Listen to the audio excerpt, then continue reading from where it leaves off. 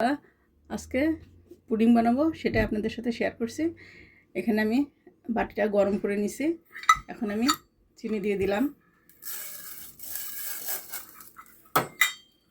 চিনিটা দিয়ে একটু ক্যারামেল করে নেব।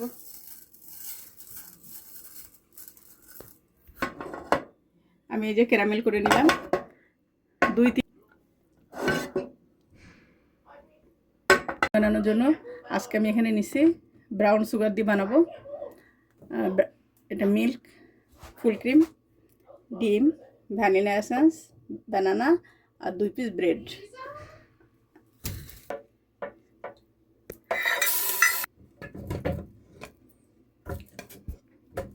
ব্রেডটা দিয়ে দিলাম,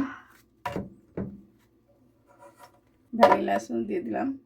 এখানে আমি 6টা ডিম দিব। দুধটা দিয়ে দিলাম 1 কাপ, আর দুধ দিয়ে দিলাম 2 কাপ। এই যে এখানে আমি একটা স্ট্যান্ডার দিছি।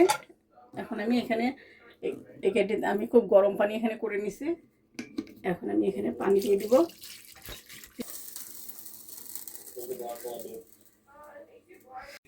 আমি এখানে দিয়ে দিয়েছি, এখানে আটকাই দেবো এবং এখানে একটা ঢাকনা দিয়ে আটকাই দেবো। আমি পর ফিরে আসছি। আমি 40-45 মিনিট পর ফিরে আসছি বন্ধুরা। এখন পুডিংটা আমি ফ্রিজে রেস্টে রাখবো। বন্ধুরা এই যে ফিরে আসলাম 30 মিনিট পর পুডিংটা। এখন আমি মোল্ড আউট করবো। এই যে প্লেট নিয়ে নিছি, আর এই যে এভাবে বিসমিল্লাহ।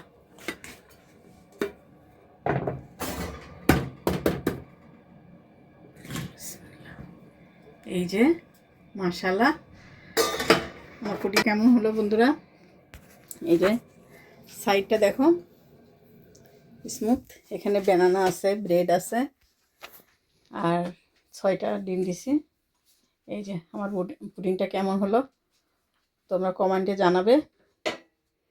আর তোমাদের সাথে একটু কেটেও আমি শেয়ার করি বন্ধুরা। এই যে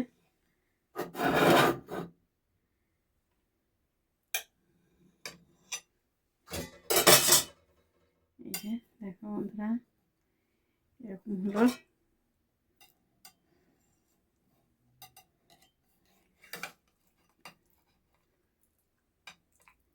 এই যে এরকম দেখো সাইডে বন্ধুরা এভাবে। এই যে তোমরা কমেন্ট করে জানাও পুডিংটা কেমন হয়েছে। ভিডিওটি ভালো লাগলে লাইক, কমেন্ট, সাবস্ক্রাইব করবা। আজকে এ পর্যন্ত। আল্লাহ হাফেজ।